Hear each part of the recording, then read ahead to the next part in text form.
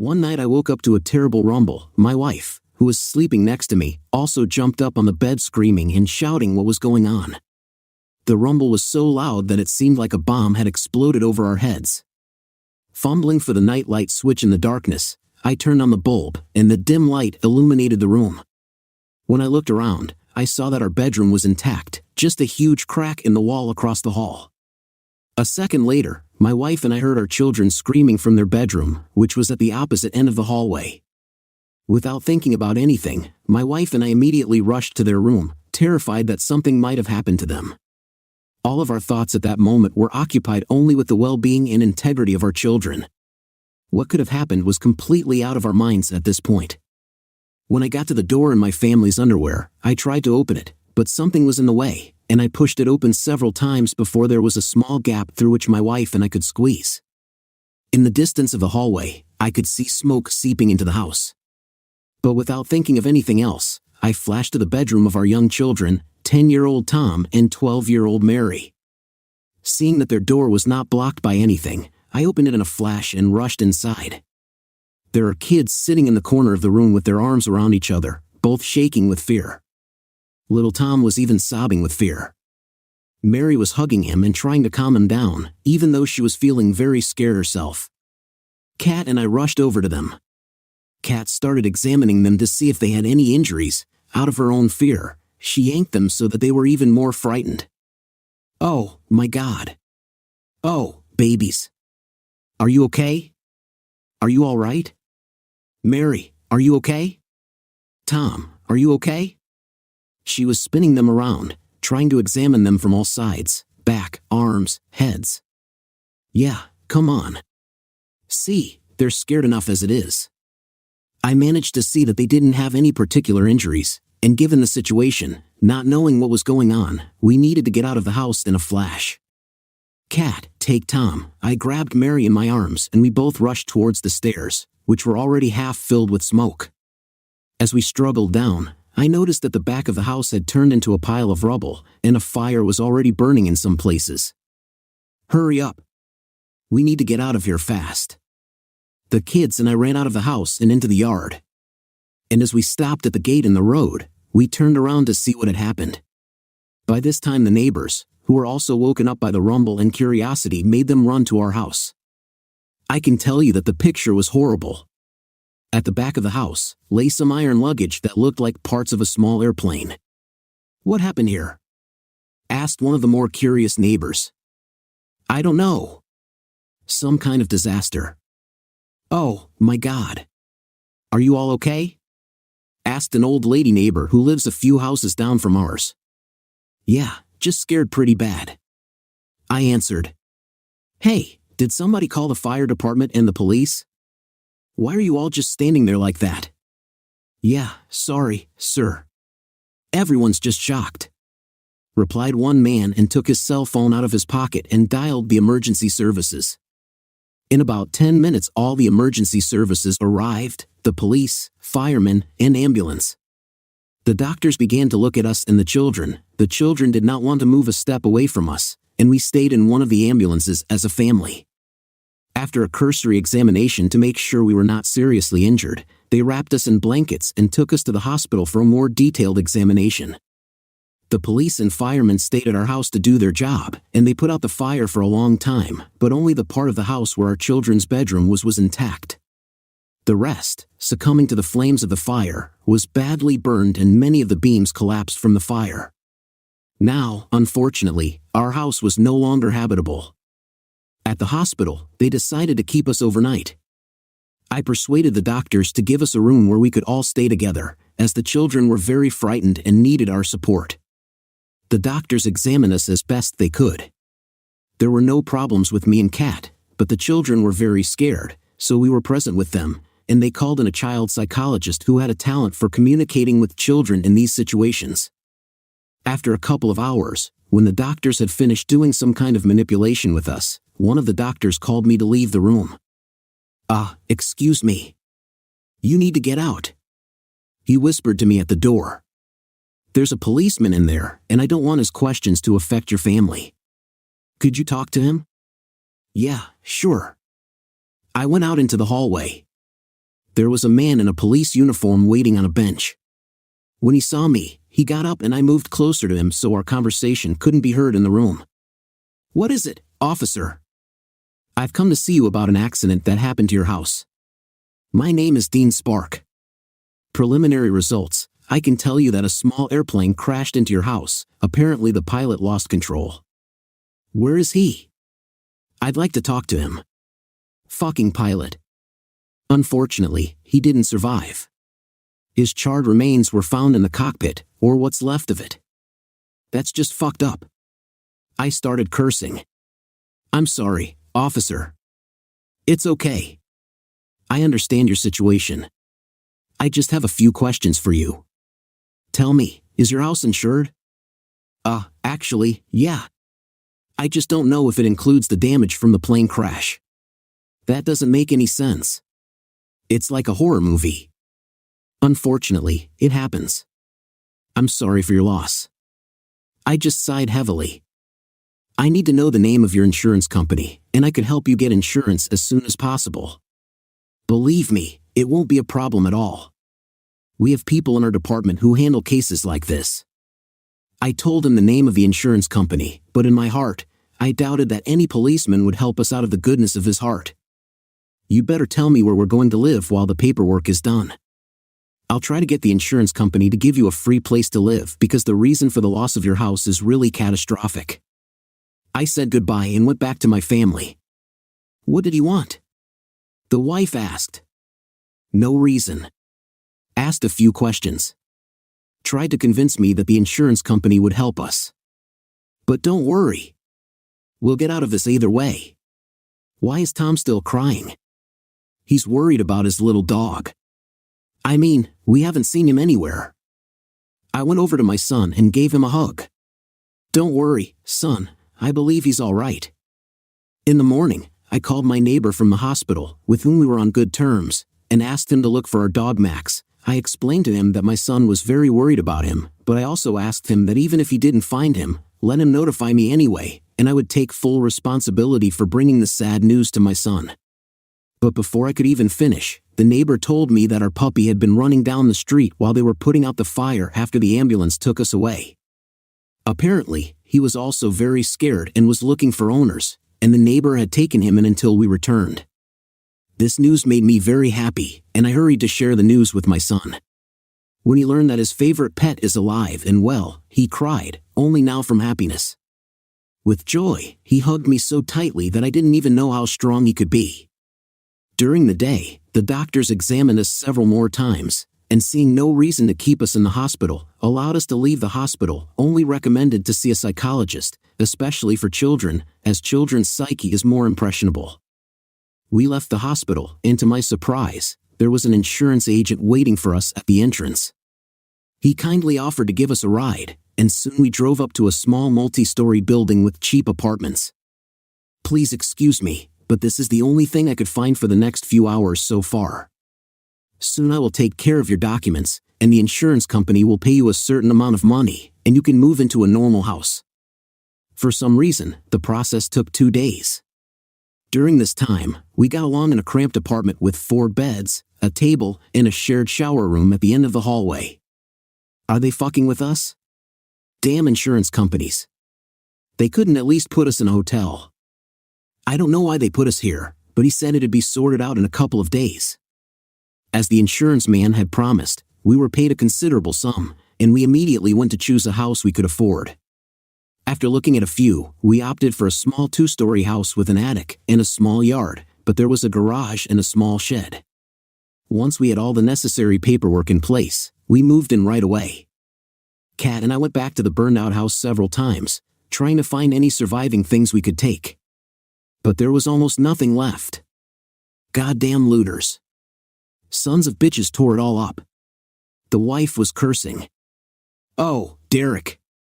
"Hi." I heard my neighbor's voice behind me.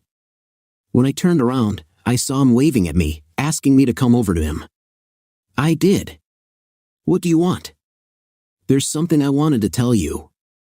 That night when the fire was out, I noticed some kids trying to climb the ruins. So I thought I'd go out there with a shotgun and have a serious talk." I hope you didn't do anything stupid." "No. No, I didn't." One shot in the air made them scatter them all out. But they still managed to grab something for themselves. I called my son, and we hauled what we could into the garage.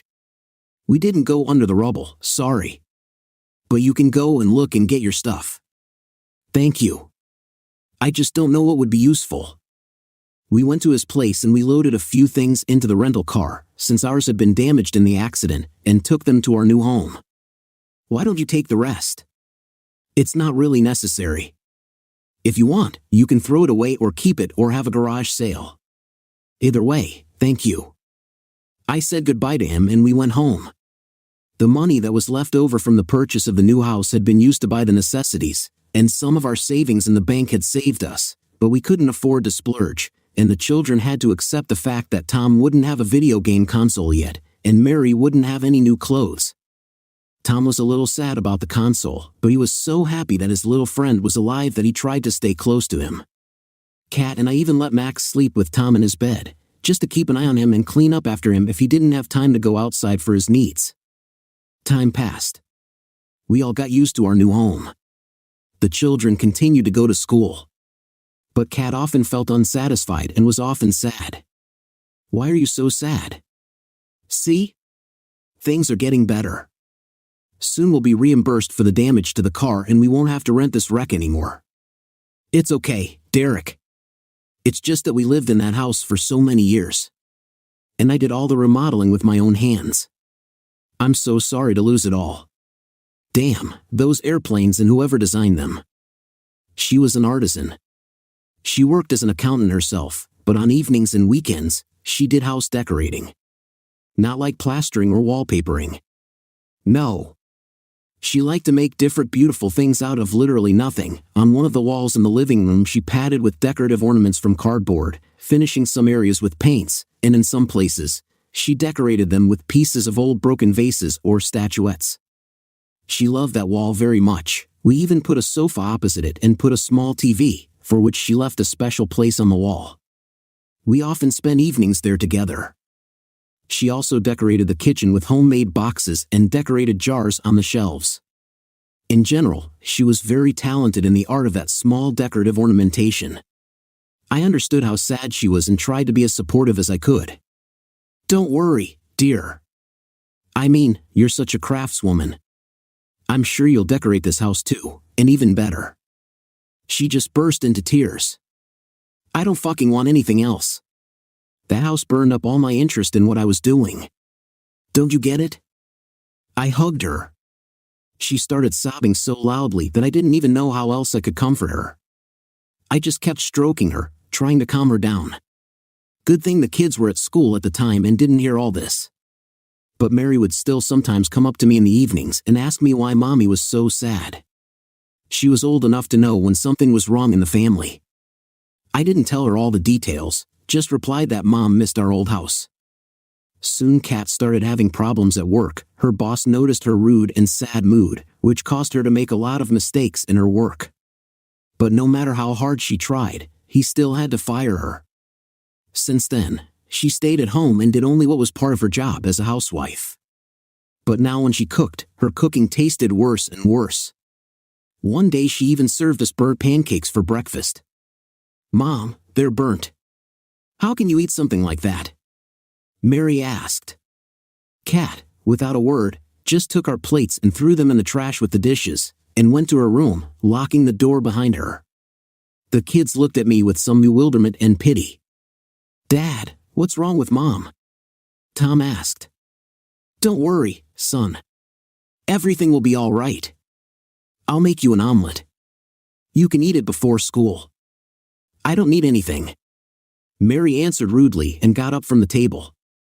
Grabbing her school bag, she left the house with a loud slam of the door. Tom followed her too, only more quietly. I walked up to the bedroom and knocked on the door. "Kat, open up. We need to talk. We can't go on like this. Get out. Leave me alone," was all I heard. I stood at the door for a while, hoping she would open it, but my waiting did nothing. I only heard her sobbing in the room. A few more days passed.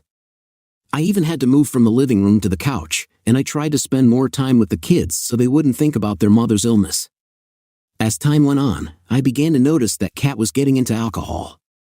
I tried to talk to her about it, but she wouldn't listen to me. She said she only drank a little to ease her loss. But soon I began to notice that Kat was going out of the house, and she usually came back with a lot to drink. Kat, where are you going? What's happening to you? Look at what you've turned into. What do you care? Leave me alone. The next day I made time and went to the doctor to consult with him about the case. He said that this behavior is common, but it needs to stop. He even suggested putting her in compulsory treatment. I certainly would have liked my wife to get back to normal, but I didn't know how she would react to such a suggestion. In the evening I decided to talk to her about it, but she only scolded me, saying that I thought she was just an alkie and didn't love her anymore. I answered that on the contrary, I love her very much, and I want her to get better. But she just locked herself in her room again. I didn't know what to do with her. I didn't have the strength to fight it, and it was a pity for the children.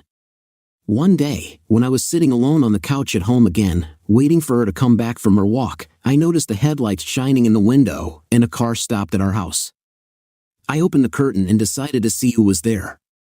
But what I saw was very disappointing. A young man got out of the car, then went to the passenger door and opened the door. From there, barely standing on her feet, my wife stepped out. I saw him help her out and walk her to the porch. Then he started to say something to her, and she said something back, and the last thing that pissed me off even more was that they kissed goodbye. I rushed to the door to find out who this guy was and kick his ass so he wouldn't hit on other people's wives. But when I opened the door, the car was already pulling away, and Kat was leaning against the wall, walking into the house. What the fuck was that? I asked her when I got her to the couch and sat her down so she wouldn't fall to the floor. Mom, Dad, what happened? I heard the voice of children from the stairs, who heard the noise and decided to check what was wrong. Kids, go to your rooms. But they took their time, staring at the scene. Quickly, I said. I had to yell at them, so they went back to their rooms. Where have you been? And who's the guy? The guy? What guy? She could barely move her tongue. Answer me. Huh? Do you mean Mike? He was kind enough to give me a ride. He's a very well-mannered man. How can I talk to you right now? You can't even talk properly. Oh?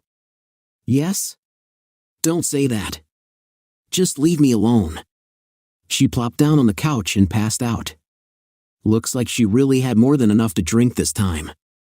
I kept wandering around the room trying to find a solution to the problem. After a few minutes, I dialed the number of the doctor I had recently seen and asked him for help. Half an hour later an ambulance arrived, 2 orderlies, and the doctor himself came out.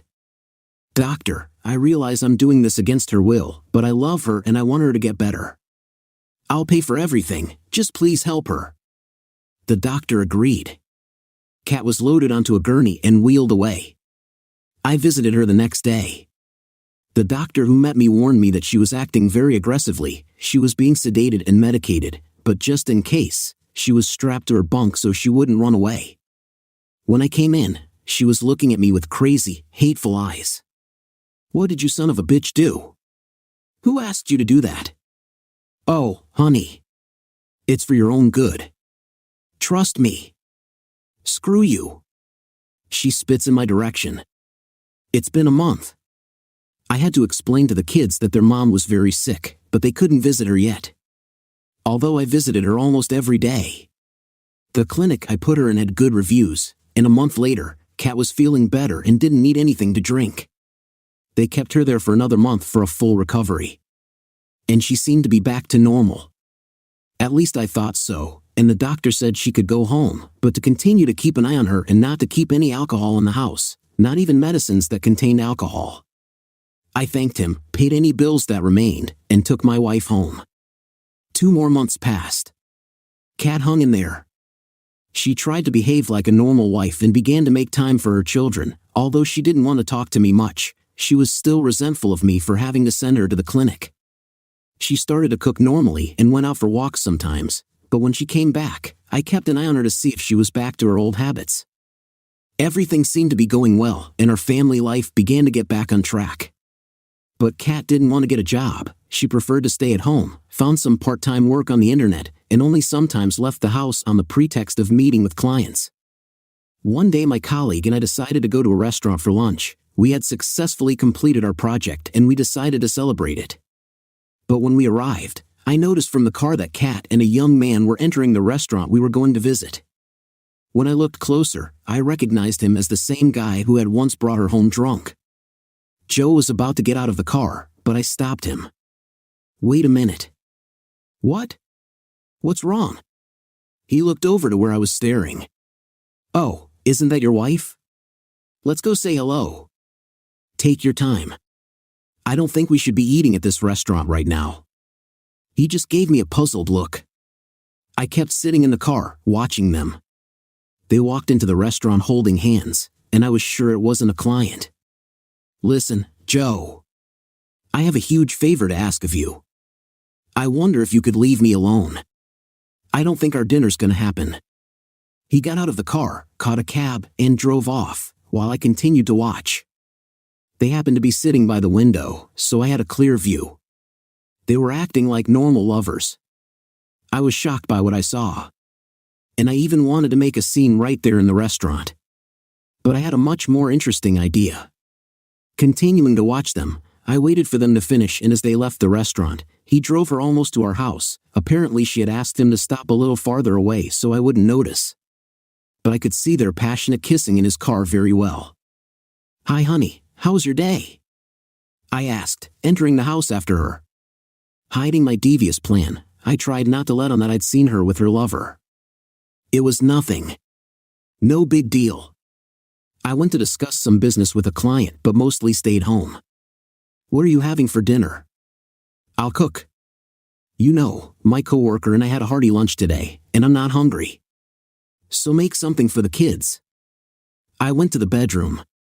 The thoughts of her cheating were tearing me apart, and I wanted to make a scene with her, and I was about to go downstairs and tell her everything I had, but then the kids came home from school, and I left it for later. Back in my room, I decided to think about my plan again, and I decided to follow them for a while, even though I realized how painful it would be for me. The next day, I rented a car, found out when it was going to go somewhere, and after asking my coworker to cover for me in front of my boss, I began to trace the path of their movement. The whole stakeout took me a few days. They saw each other in restaurants, or went somewhere out of town, to some small house that obviously belonged to this guy. I realized that Kat no longer belonged to me as a wife, and she had stopped going to bed with me lately. And I began to feel that the love I once had for her was fading by the hour. I could have simply divorced her, but there was a kind of rage in me that urged me to do something that would punish her for her infidelity. The children didn't notice anything as she skillfully hid her affairs on the side. I wanted revenge, but I couldn't think of anything to do with her that she would regret for the rest of her life. The children were just starting their vacation, and I decided to send them to their grandparents in the village, where they always loved to spend time as children. And when I put them on the train, having called my parents to meet them, I returned home and decided to wait for my wife and to start at least just to talk to her and clarify all relations. "Oh, hi, honey. You're home already. I was just out here on a business trip." "Kat, sit down. We need to talk." She saw my serious look and realized it was probably not going to be a pleasant conversation. "Yeah? What about?" "Sit down. I can see that our relationship is going to hell. Why don't you be honest with me? You don't love me anymore." "Why not? You're the father of my children. How could I not love you?" My patience was wearing thin. "Then explain to me, who the hell are you going to restaurants with?" "They're just customers." "What are you?" "Yeah? The same one? I saw you licking him. Tell me. Tell me now, I'm not freaking out." "Derek, you're scaring me. You're just imagining things." "What are you talking about?" "You little bitch." I couldn't take it anymore and I punched her hard in the face, smashed her lip, and blood ran down her chin, pouring all over her teeth. "You asshole. What are you doing? Don't make a fool of me." I've always loved you. Even when you fell off the wagon, I still loved you, and despite your reluctance, I helped you get clean. Don't you feel sorry for the kids? Do you know how they'll feel when they find out you've been messing around like a whore? How dare you talk to me about love? Instead of being by my side, you spend all your time at your job. I got drunk just because of grief, because of loneliness. And you put me in rehab like some drug addict. How could anyone love you after that? You only love yourself. You don't feel sorry for me at all. Do you even hear yourself? I couldn't stand it any longer and went into the kitchen to the refrigerator. Now I wanted a drink, but I remembered the doctor's admonition that there should be no alcohol in the house, so I just poured myself a cold soda. When I returned, I noticed that Kat was on the phone with someone. When I walked into the living room, she had already managed to finish the conversation. Who are you talking to? Your lover? None of your business. I'm leaving. Don't you dare stop me. She got up off the couch and headed for the door. No, bitch, you're not going anywhere. If you can't be a normal mother and wife, then I'm going to have you committed to a mental institution for good. You know what I mean. Fuck you. She continued on her way. But I grabbed her arm, trying to hold her back so she wouldn't go anywhere, but she got a desk lamp under her arm and hit me hard on the head with it. My eyes went black for a while and I fell to the floor, but I was still conscious, although the pain in my head made it hard to move. I saw her run out of the house without even closing the door behind her. Overcoming my pain, I got up and followed her. I was having a hard time walking. My eyes were still a little double-visioned. Waddling, I saw her walk toward the bus stop. I went to a kiosk that was nearby and bought a bottle of vodka. I opened it immediately and took a few sips, at which point I felt very thirsty. As I continued walking, I reached my car and sat behind the wheel. Soon I saw her lover's car pull up to the stop. She flashed into it and they sped off. I started the car and hurried after them. As I expected, they drove toward the cabin in the woods, and I followed them for a long time, staying a little behind. It was already quite dark. The road to the cabin was through a railroad crossing, but it was so remote that there were no barriers. Realizing that we would soon reach the crossing, I hurried to catch up with them and overtook them and blocked their way. They had to stop. Hey, asshole, what are you doing? The guy in the car yelled. But Kat must have told him I was her husband, so he got out of the car to settle the matter man to man. I didn't wait for him to start, so I grabbed him by the throat and started choking him until he stopped breathing. Kat jumped out of the car, trying to pull me off him. What are you doing, asshole? By the time I was done with her lover, she started rummaging through her purse for her cell phone to call the police, but I snatched it up and with some effort, broke it in half. Are you out of your mind? Did you put me through this? I loved you. And you did this to me? I went up to her and grabbed her throat too. And when she stopped breathing, I put them both in his car. Looking at the bodies, I realized that I was probably not going to get away from the police, and I had to do something. I remembered that I had an open bottle of vodka in my car. While their bodies were still soft, I poured a little of it down their throats, then spilled some all over the car. But that wasn't enough. I pushed their car onto the tracks and lit a cigarette, tossing it into the passenger compartment. The flammable liquid began to ignite little by little. I moved farther away. Somewhere in the distance, I heard the horn of an approaching train. I got back to my car, and without turning on the headlights I backed up so that my car would not be seen. After waiting a little while, I heard the horn of the locomotive honking incessantly, and then there was a bang and an explosion. I didn't wait for the police and drove home without turning on my headlights so as not to attract attention. When I got to the city, I turned them on and slowed down so that a random policeman wouldn't stop me. I got home all right. No one stopped me on the way. I bought another bottle of vodka, sat on the sofa, and began to remember what I had done. But after drinking a few sips, I remembered about the children and what can lead to passion for alcohol. I went to the kitchen and poured it all down the sink. The next day on the morning news, I heard about a terrible tragedy where two people, apparently engrossed in alcohol, did not notice a train rushing at them. The tragedy was recognized as an accident. I went to the children's house later, and I had to tell them the terrible news that their mother had been in an accident because she had been drinking again. Next story. I had a sudden realization, like you see in cartoons, when a light bulb pops up above a character's head when they have an idea or an answer to a question. It turns out that my third child wasn't actually biologically mine, she belonged to another man. I was on the phone with a representative from genealogygurus.com, trying to figure out why my daughter's DNA test hadn't been processed after 10 weeks. I had given it to her as an extra Christmas gift and provided the representative with the necessary numbers to track it down. After waiting for about 5 minutes, he got back on the line and assured me that the test had been processed. However, he explained that this was a confidentiality matter between the company and the person who had taken the test, so he couldn't give me any additional information. I asked, if you processed it, why doesn't it show up on my DNA results? I was quite excited when I asked this. The representative replied somewhat irritably, Sir, there are several reasons why your daughter may not appear in your DNA matches, but I can't discuss this specific test with you. That's when it hit me, like a light bulb going off in my head. The number one reason she doesn't show up in my matches is because she's not biologically related to me. I ended the call in a daze. I remember pressing the red end call button and then breaking down in tears. I woke up a few minutes later, curled up on the couch in the family room. I still had 15 minutes left before my lunch break, so I decided to call my daughter, who was probably on her lunch break as well, since we both worked in the same time zone. I knew she usually enjoyed lunch while reading a book at her desk, so I wasn't concerned about bothering her. She picked up the phone after the first ring and greeted me with a somewhat weary tone. Hi, Daddy, how are you? I responded, Sweetheart, you know I love and trust you completely, but I found out about the DNA test. I called the genealogy company, and they told me it was processed about 2 weeks ago. There was a moment of silence, and I could hear her taking a deep breath on the other end of the line. I know, Dad. We need to talk, but I can't do it here and now. Call me tonight, and please make sure Mom isn't in the room when you do.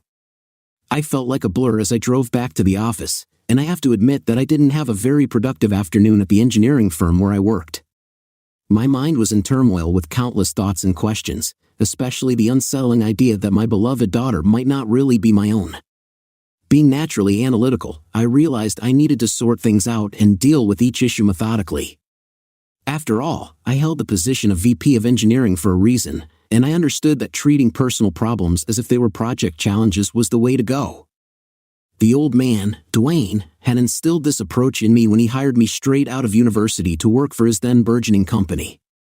With Dwayne as our leader and me right by his side, his company grew into an industry powerhouse, and we both enjoyed significant financial success.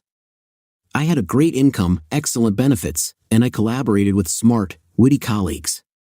Plus, when I returned home each evening, a beautiful, alluring wife and 3 wonderful children awaited me.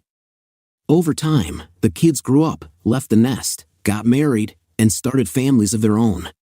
Initially, the house felt a bit lonely, but we found ways to stay occupied, and I believe that the solitude rejuvenated our relationship as a couple. However, as I reflected on the events of the past month, I couldn't help but recall a few peculiar incidents, including Marissa's phone call to my wife about 2 weeks ago. One Tuesday night while we were both in the family room watching TV, Tracy's phone rang. She glanced at the screen and informed me it was Marissa, then proceeded to answer the call. Their conversation lasted about 5 minutes, during which Tracy responded with mostly yes and no. I noticed tears forming in the corners of her eyes when she hung up. I asked if everything was all right, and she explained that Marissa's cat had some health issues. She downplayed it as no big deal, although I sensed a hint of unease in her demeanor. It struck me as peculiar how personally she seemed to be taking Marissa's cat's health problems. Little did I know that might have been the moment when Marissa discovered the truth. Tracy had no knowledge of the DNA test I had secretly sent to Marissa. I hadn't considered it significant enough to mention. Marissa was the only one among our 3 kids who showed any interest in genealogy, so I thought she'd embrace the idea. I'd been researching my family's ancestry for years, and I particularly enjoyed the DNA testing aspect. I assumed Marissa would eagerly take the test. Clearly, I had been mistaken. When I returned home, I made a conscious effort not to treat Tracy any differently, even though I was simmering with inner turmoil. I kept repeating to myself, work on one problem at a time. I had met Tracy during my sophomore year at university. We didn't cross paths until my senior year, but ever since then, it felt like we were joined at the hip, at least from my perspective. We tied the knot a year after graduating from college, a solid 31 years ago to this very day. I'd proudly proclaimed that it was the best decision I ever made. At 54, she still carries her beauty gracefully, and despite giving birth to 3 kids, she maintains a workout routine that keeps her looking like she's in her 30s. She's a bundle of fun and humor, and until today, I eagerly anticipated spending the rest of my life with her. Around 8 o'clock, I informed Tracy that I needed to make a call to the old man regarding a project we were collaborating on, and I excused myself from the room. In actuality, I grabbed my jacket and headed out to the porch swing where I could have a conversation without worrying about Tracy overhearing. That's when I dialed Marissa's number. Marissa picked up on the very first ring, and her voice carried an unmistakable distress. "I'm sorry, Dad. I know I should have told you earlier, but Mom asked me to keep quiet until she had a chance to talk to you," she whispered before I could even say hello. "Hey, I'm not angry with you." "Take a deep breath," I replied, doing my best to comfort her. "I'm not pointing fingers at you. You're just as much a victim in this mess as I am." I could hear her ragged breathing on the other end. I knew how much it was tearing her apart. "I want you to understand that this changes nothing between us. I'm still your dad, and you'll always be my pumpkin. I've poured all my love into you kids all these years, and I'm not about to stop now, unless that's what you want." At this point, she broke down completely, and her sobs rendered her almost unintelligible over the phone. "I love you, Daddy.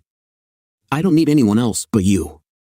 I cautiously told my daughter that I didn't want to put her on the spot, but she was my best source for DNA information. I assured her that we wouldn't delve into other matters so she wouldn't get caught in the middle, but I needed to know if she had any DNA matches. She sighed and confirmed that Amanda Anderson turned out to be her half-sister. I was astounded and asked if she meant Amanda, Uncle George, and Aunt Jenny's daughter. She softly replied affirmatively. I reassured her that it was not her fault and she never had to apologize to me ever. This revelation meant that George Anderson, whom my kids knew as Uncle George and the rest of the world recognized as appeals court judge George Anderson, was Marissa's biological father. Damn. This also implied that my wife had been involved with her boss when he was an attorney at the law firm. This meant it must have happened at least 25 years ago, considering Marissa is 24 years old now. At that time, Tracy used to work as his administrator. George left the law firm to become a state judge a few years later, eventually moving to the state capital where his career really took off. Tracy, on the other hand, didn't pursue a romantic relationship with George. She stayed at the law firm and eventually became the office manager. However, during the few years they worked together, George and his wife Jenny became such close friends with us that our children still refer to them as Uncle and Auntie, and their kids call me and Tracy the same. On a few occasions when I was away on business trips, Tracy and the kids would spend a few days at George and Jenny's lake house. It never really raised any suspicion in my mind, and the kids even talked about Aunt Jenny taking them places without me or Tracy. I must have missed some important details. I was deep in my thoughts when I heard Marissa calling out to me. I apologized to my daughter, telling her I got lost in thought, and thanked her for her help, asking her to say hi to Drew, her husband, for me. Marissa then asked me what I was planning to do. I admitted to her that I wasn't entirely sure, to which she advised me not to do anything incredibly stupid. She said a little foolishness was okay, but warned me against doing anything that might get me arrested. I hadn't entertained thoughts of harming Tracy until that moment, but I had promised Marissa that I wouldn't get myself arrested, so I guess that ruled out any thoughts of violence. I never break promises to my kids. Ever. My top priority was to calm Marissa down about our relationship, and then I needed to find out who Tracy's partner in crime was. The third task on my list was to initiate divorce proceedings, but I'd have to find a new lawyer because my current one is affiliated with the firm where Tracy works, which was definitely a no-go. After meeting with a lawyer and getting things in order, I would then have to deal with the soon-to-be ex-Mrs. Clark Walters. The house felt chilly and empty when Tracy and I were together. She could talk non-stop, probably due to nerves, I suppose. She really put an effort to keep me content, probably thinking it would soften the blow when I eventually found out the truth. It's hard to say for sure, but there was definitely a growing distance between us, and she wasn't making any effort to bridge it. Around a week later, I consulted with one attorney. As soon as he learned that my wife was the office manager at GUI Howe, his expression turned anxious. So, I moved on to the next lawyer on my list, a young woman in her 20s who simply smiled when I mentioned Tracy's position at GUI Howe.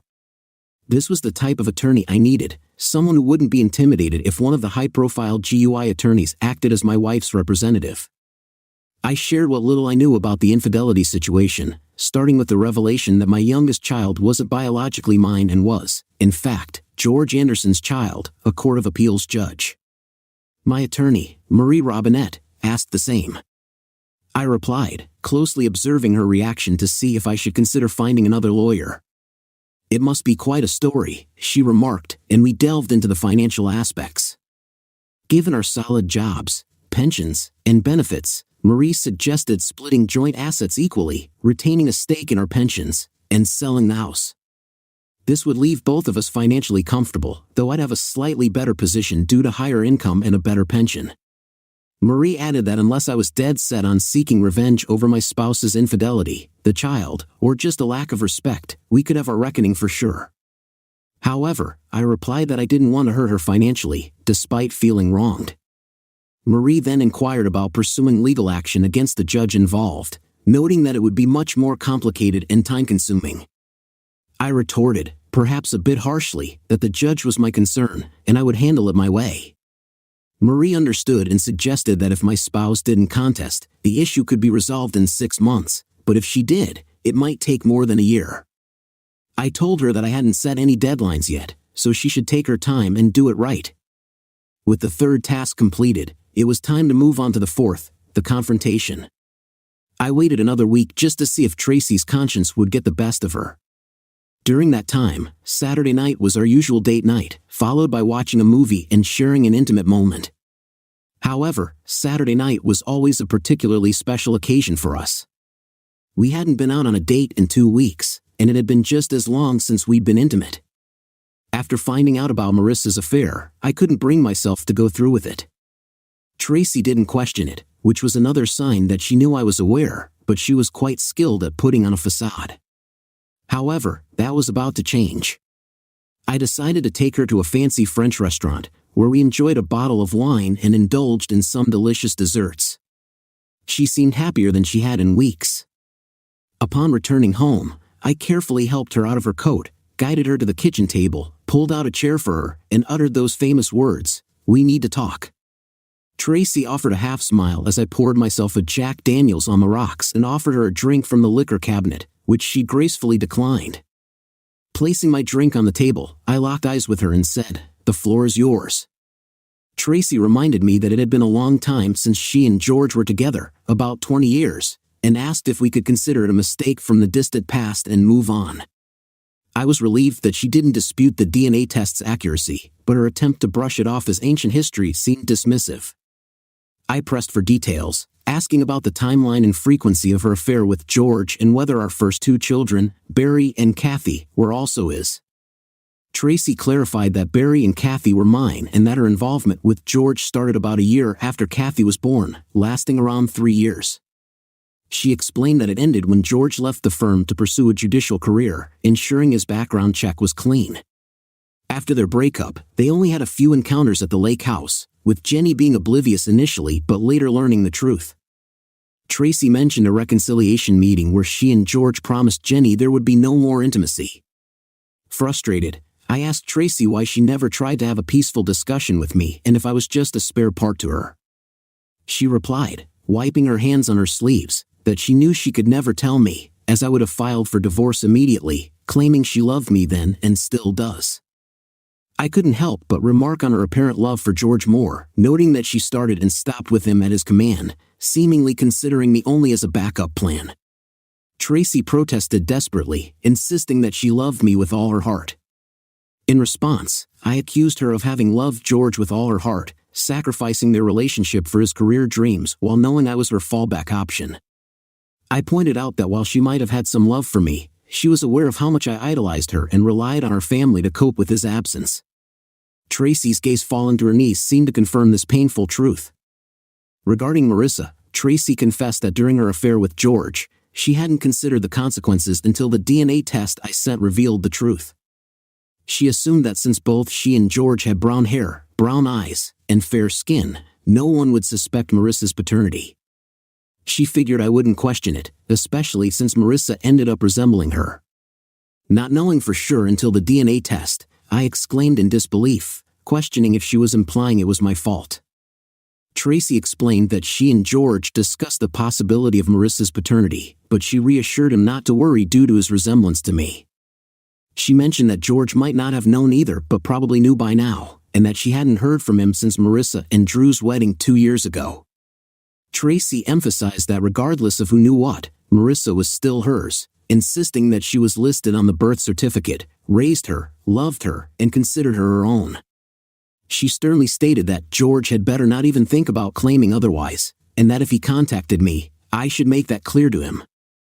I asserted my intention to have the other 2 children undergo DNA testing as soon as possible, explaining that I needed to know for my own peace of mind. Tracy pleaded with me, insisting that I already knew they were mine and questioning why I couldn't trust her. I shot back, my newfound distrust evident, which seemed to take Tracy completely by surprise. She was also deeply troubled by the thought of me revealing her infidelity to our other 2 children, understandably not wanting to appear unfaithful in front of them.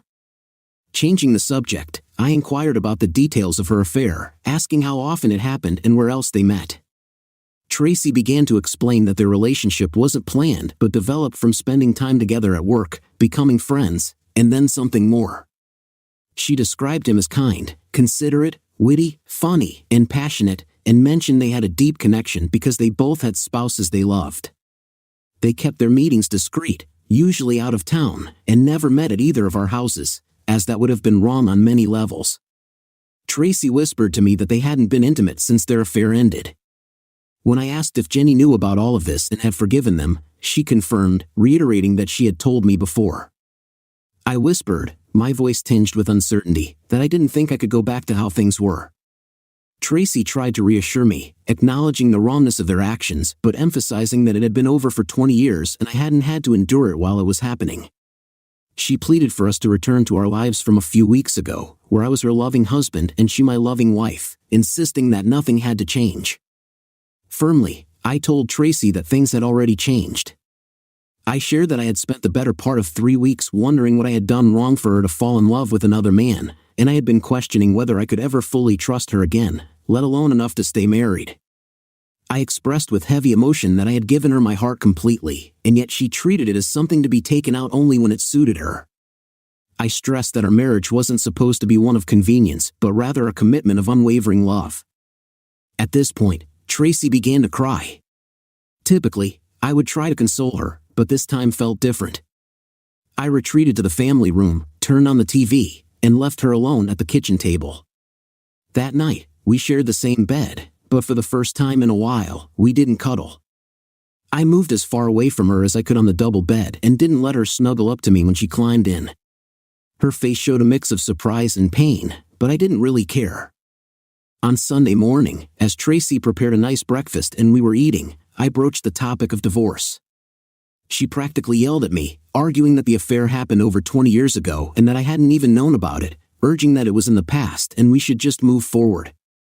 In response, I shouted back, emphasizing that a mistake remains a mistake regardless of how long ago it occurred. I expressed my feelings of betrayal, highlighting how she deceived me, lied to me, and cheated on me, thereby violating my trust. I pointed out these weren't temporary problems. Unable to continue the conversation, I got up from the table, leaving half my plate of food behind, and headed outside to mow the lawn. That was the last conversation I had with Tracy until Wednesday afternoon when she informed me that Jenny Anderson would be joining us next weekend. Needless to say, I wasn't thrilled, but Jenny was an old and dear friend who had gone through the same cheating ordeal as I had, so I thought it was worth having a chat with her. On Friday night at 6 o'clock, Jenny showed up, having traveled 2 hours from her house. Surprisingly, she didn't bring George with her.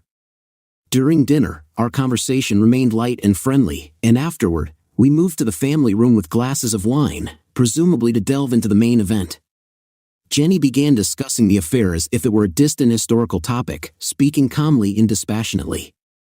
However, as she continued, her emotions intensified, and tears welled up in both hers and Tracy's eyes. Jenny shared that when George told her about the affair, she had assumed it had ended years ago, and he had assured her it wouldn't happen again. She admitted that she was devastated at first, but after giving it more thought, she came to realize that since it was over before she even knew about it, she guessed she wasn't hurt too badly. Knowing that Jenny wasn't some gold digger, I could see how it all unfolded. George's personality is quite captivating, isn't it? Although I only found out about Marissa a few weeks ago when everyone else did, I understand. I'm genuinely sorry about that, Clark, Jenny remarked. Jenny never brought up the few times Tracy and George met after their initial affair, particularly at the Andersons' lake house. I wondered if they had informed her about those occasions, but I didn't bother to ask. It did make me wonder, though, if George must be an excellent lawyer because Jenny seemed to be almost apologizing for his affair rather than being upset with him. Unfortunately for Tracy, I'm not as settled as Jenny, and I'm not as enthralled by her eloquence, so I wasn't inclined to give Tracy and George a pass like Jenny did. Even though their romance had spanned 2 decades, I often contemplate what my life would be like if I left him and how it would affect me and the girls, Jenny continued. They say you should always weigh whether your life would improve or worsen without your spouse. In my case, I believe it would be worse. Thank you for sharing your perspective with me, Jenny. It's definitely something to think about, and I'll need to carefully consider it. There are several factors at play, including the fact that, unlike you, I wasn't informed about the affair. I stumbled upon it entirely by accident. Tracy knew it was wrong when she was involved with George and anticipated my reaction.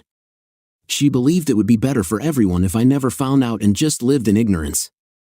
That would have been the case if it weren't for the DNA test. Now, 20 years later, I've discovered that the love of my life had an intimate relationship with another man before reverting back to me, I said. During Jenny's story, Tracy remained silent, merely listening.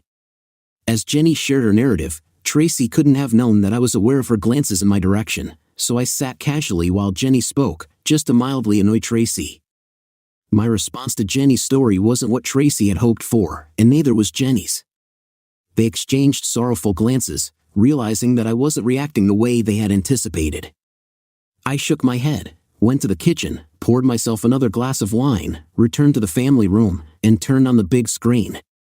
It was a clear signal that our conversation for the day was done. The ladies got the hint and moved to the living room, where I could faintly hear them chatting. After finishing whatever I was watching, I switched off the TV, stuck my head into the living room, bid them good night, and headed upstairs to our bedroom. Jenny cornered me in the family room on Saturday, saying we needed to talk.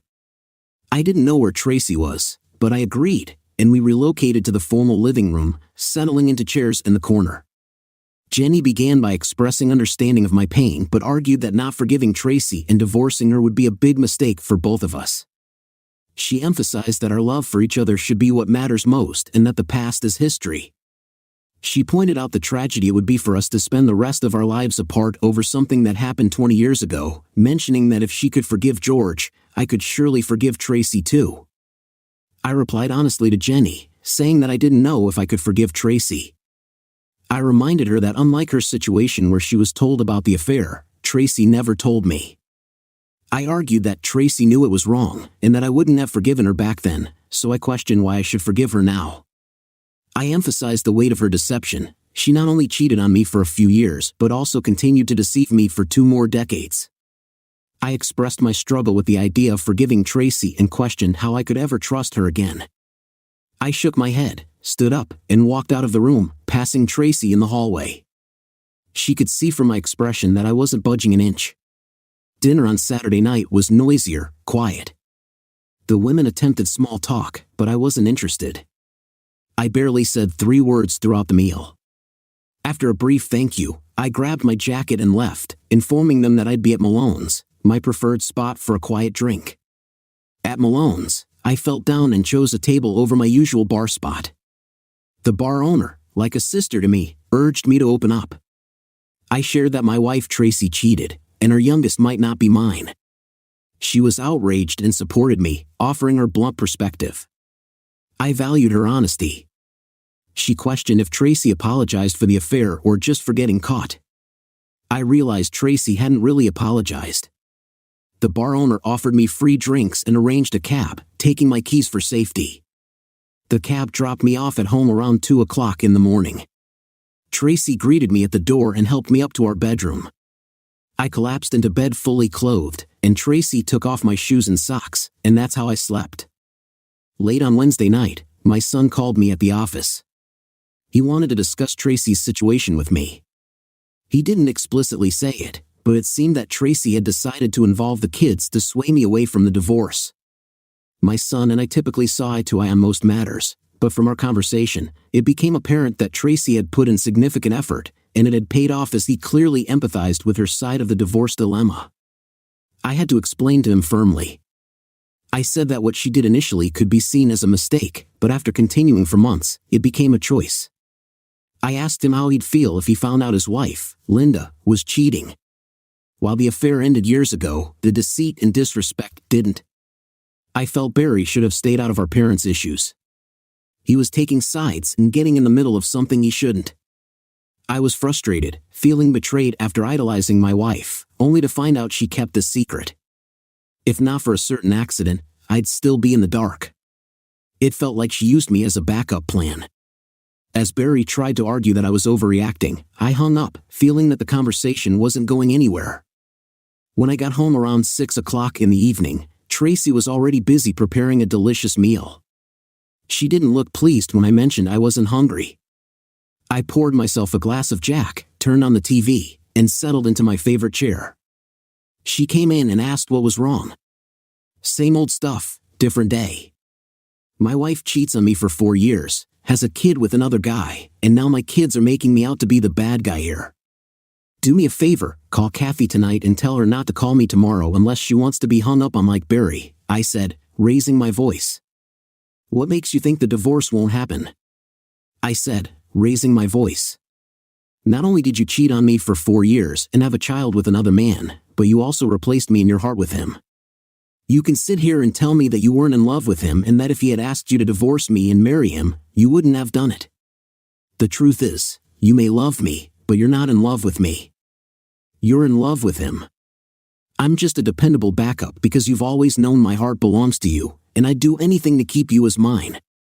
You cheated on me, lied to me, disrespected me, and now you have the nerve to try to turn our children against me. That was the final straw, Tracy. But I won't be vengeful towards you, especially not to Jenny, and I won't destroy George's promising career as an upstanding judge. I'm going to file for a divorce citing irreconcilable differences, and we can each keep our retirement accounts while splitting everything else, including the house, right down the middle, I declared. As tears streamed down Tracy's cheeks, and she got up from her chair, I couldn't help but add another jab. You never mentioned regretting your affair, probably because you don't regret it. The only thing you regret is that I found out, isn't it? I said. The rest of the night was spent in the company of a bottle of Jack Daniels. The following day, I got in touch with my attorney and told her to prepare the divorce papers as quickly as possible.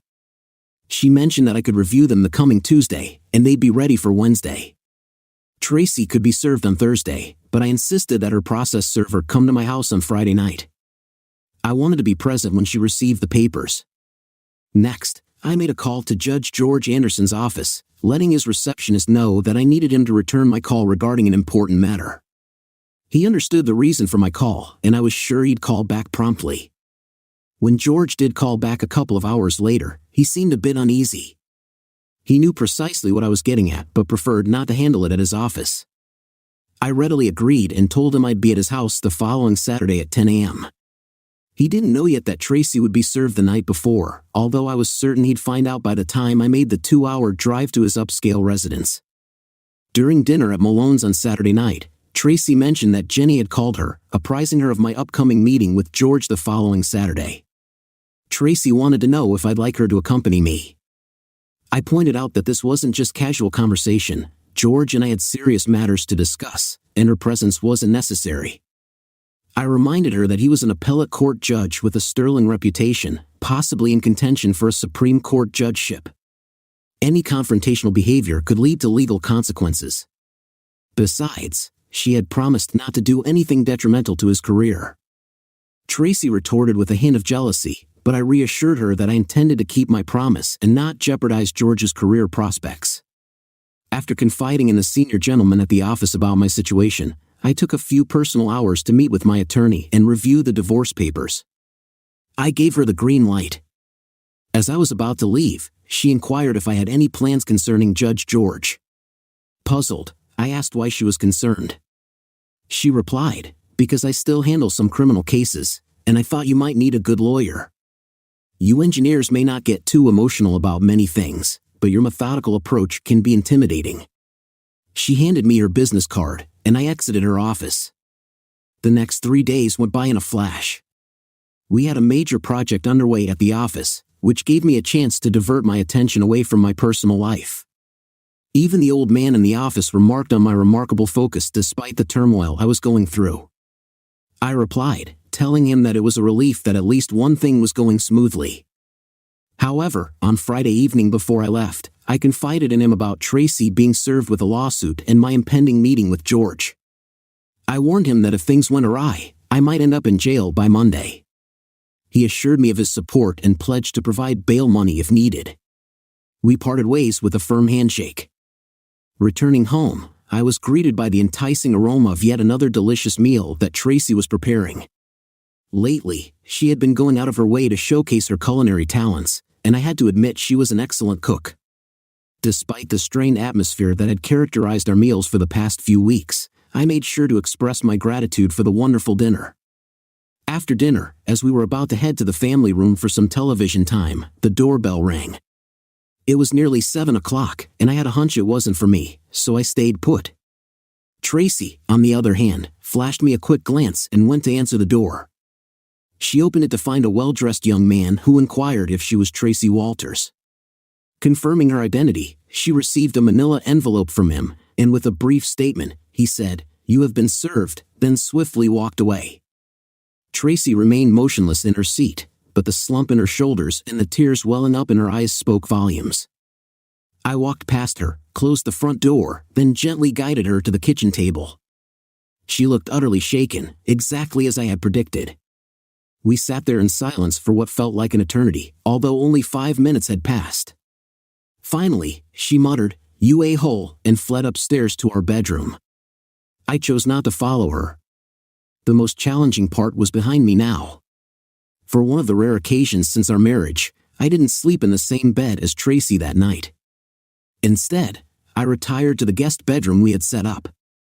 Although describing it as sleep would be a stretch, the woman I had considered the love of my life, my soulmate, my everything until a few weeks ago, was still sharing a bed with me despite everything that had transpired. I suppose neither of us wanted to be the first to make a move, but now, in my mind at least, it was all over. The following morning, I got up, took a shower, and dressed quietly, careful not to disturb Tracy or provoke any confrontation. I didn't bother checking if she was asleep. I just collected my things and left. My attire was my usual combination: a collared shirt, a decent pair of Levi's jeans, and the custom-made cowboy boots with metal tips that I had acquired during a visit to our son in Dallas. I left a bit earlier than necessary. I wanted to make sure I wasn't late for the meeting.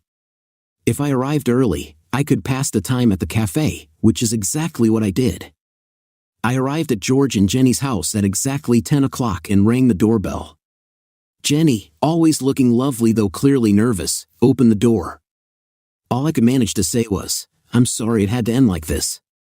As she leaned in for a hug, she didn't respond with words, but she did take my hand and led me into the room where George had arranged his memorabilia and pictures all around. George was seated in his favorite chair, but as we walked in, he got up and stood in front of it. "Hey, Clark." "Hey, George," I said. Jenny, looking quite apprehensive, left the room. We stood about 6 feet apart, sizing each other up. There was a time when I considered this man almost like an older brother, that's how close we were. George was 2 years my senior, roughly the same height, but the comforts of the past 20 years had added about 30 pounds, with most of it settling in his round belly. We had shared our hopes and dreams, had countless adventures together, gone fishing and hunting side by side. I used to be proud to call him my friend and was equally proud of how far he had come in his career as a judge. But now, standing before me, his gaze no longer that of a friend but an enemy, I felt a surge of anger. "You've got my wife's heart, you a-hole!" I yelled at him. "You also get to keep your squeaky clean image because I promised Tracy I wouldn't tell anyone about this, and I don't break promises to that woman. But you won't keep your manhood with that." I took a big step forward, with my left foot planted, my right foot, and delivered a powerful upward kick aiming straight for his groin. George's reaction was slower than I expected, and my metal-tipped boot struck its target accurately and precisely. I could feel his pain as I kicked, and then I heard him howl in agony as he crumpled to the floor, clutching his injured area and crying out like a wounded animal. In that moment, all the rage and frustration boiled over. Jenny rushed into the room, seeing her husband writhing in pain on the floor. She tried to comfort him, but his screams only grew louder. She looked at me with fear in her eyes. I reached for my cell phone, dialed 911, and calmly said, "There's been an accident at Judge George Anderson's house. We need an ambulance." I turned to leave, but just as I reached the door, Jenny grabbed my arm. I thought I might have to defend myself, but instead of panic or anger, there was a strangely calm expression on her face. She hugged me tightly and whispered, "Thank you. We're clear on what needs to be done." I hugged her, left the house, got in my car, and drove home, confident that the police wouldn't be coming after me. Jenny understood, and she'd explain it to her husband when he could think straight. Down the road, the drive home brought a mix of relief and maybe a gut punch. Who knows? After months of daily heartbreak, I finally felt unburdened. It's funny how realizing Tracy's betrayal actually loosened her grip on my heart, allowing me to think clearly and do what was best for me. It might not have been the right choice for everyone, but sometimes you've got to prioritize your own well-being. That's what everyone else had done for the past 2 decades, so why shouldn't I? Sure, a part of me would always love Tracy, but I wasn't going to dwell on this chapter any longer. It wasn't my fault, and it wasn't my choice. It was time to move forward. Once I got home, I headed to the basement, grabbed a couple of suitcases, and made my way to our bedroom. Tracy followed me from the family room, asking, "That's it, then?" "That's it," I replied. 31 years and out the door, Tracy. It's a shame you're so wrapped up in yourself that you can't see how you deceived me, how you stole 24 years of my love through your deception. But I've moved past it, and I don't hate you. I don't even hate George, though that poor guy probably thinks I do now. I'll mend things with Barry and Kathy down the road. You should patch things up with Marissa as soon as you can. Those girls are missing out. Sign the papers, Tracy, and let's put this behind us. I'll have the rest of my things out of here in the next few days. We don't need to talk anymore. If you have anything to say to me, I left my lawyer's business card on the kitchen table. She stood there in shock, tears welling up, but no words came. I grabbed my suitcases, went back downstairs, and stashed them in the trunk of my car. After returning to the house, I packed up my belongings and departed. 31 years, just like that. The end. I lied. As it turns out, George managed to save one of his testicles after all. It required extensive surgery and months of pain, but they succeeded in saving one. I learned about it from Marissa, who had been contacted by Jenny trying to reach me. Jenny didn't have my phone number, and the rest of the family had no interest in informing me. In fact, they haven't spoken to me for 8 months now, but I've come to terms with it. According to the official version, Judge George had a mishap in his office, falling onto the corner of his fancy desk and had a rough landing, twice, ending up on the floor. The media played it down, calling it a domestic accident, sparing the details of the injury to his sensitive area. Surprisingly, he received a lot of sympathetic coverage. I guess even this won't hinder his chances of making it onto the Supreme Court shortlist. Tracy signed the divorce papers in just a week, and last week, the divorce was officially finalized. The house will be auctioned off. Tracy hasn't attempted to reach out to me since I left, and neither have Barry or Kathy. It seemed like I wouldn't be joining the family Christmas dinner wherever they decided to have it. The old man is passing the company reins to me come the new year as he heads into retirement. Per the agreement, I'll have to run the company for 7 years before I can retire comfortably with a substantial golden parachute. Afterward, He plans to find a buyer for the company, and I'll get a 10% cut of that deal too.